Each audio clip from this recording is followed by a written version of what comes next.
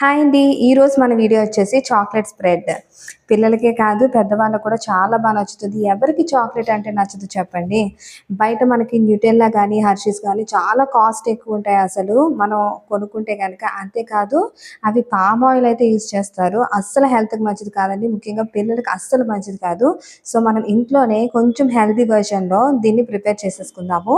First అయితే ఒక గిన్నెతో water పెట్టుకోవాలండి, కొంచెం పెద్ద గిన్నెతో. దానిపైన ఒక గిన్నె పెట్టుకొని అందులో ఒక కప్ కోకో పౌడర్, అదే చాక్లెట్ పౌడర్ అండి, వేసుకుంటున్నాను. అదే కప్పుతో బెల్లం పౌడర్ అనేది వేస్తున్నాను. అదే కప్పుతో బటర్ కూడా వేస్తున్నాను. మూడు కూడా ఈక్వల్గా తీసుకోవాలి.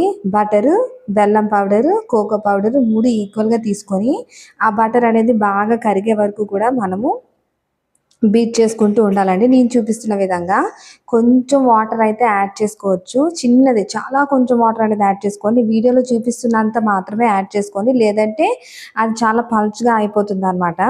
చూడండి, ఈ విధంగా బాగా బీట్ చేసుకుంటే మనకి బటర్ అనేది బాగా కరిగిపోతుంది. బాగా కరిగిపోయి మంచి కన్సిస్టెన్సీ అయితే వస్తుందండి. స్మెల్ అయితే అసలు అద్దరిపోతుంది అనుకో. డైరీ మిల్క్ అంటే ఎవరికైతే ఇష్టమైతే మాత్రం సేమ్ డైరీ మిల్క్ టేస్ట్ వస్తుంది, స్మెల్ కూడా అదే స్మెల్ వస్తుంది. లాస్ట్లో అయితే లైట్గా చాప్ చేసి నేను నట్స్ అయితే వేస్తున్నానండి.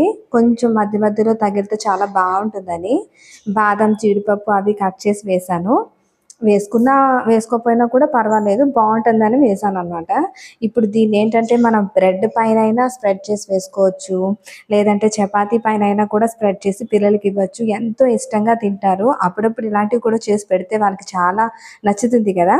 మీకు ఈ వీడియో ఎలా అనిపించింది కామెంట్ చేసి చెప్పండి. ఒక లైక్ కూడా కొట్టండి ప్లీజ్. మీకు ఈ వీడియో నచ్చినట్టయితే సబ్స్క్రైబ్ కూడా చేసుకోండి.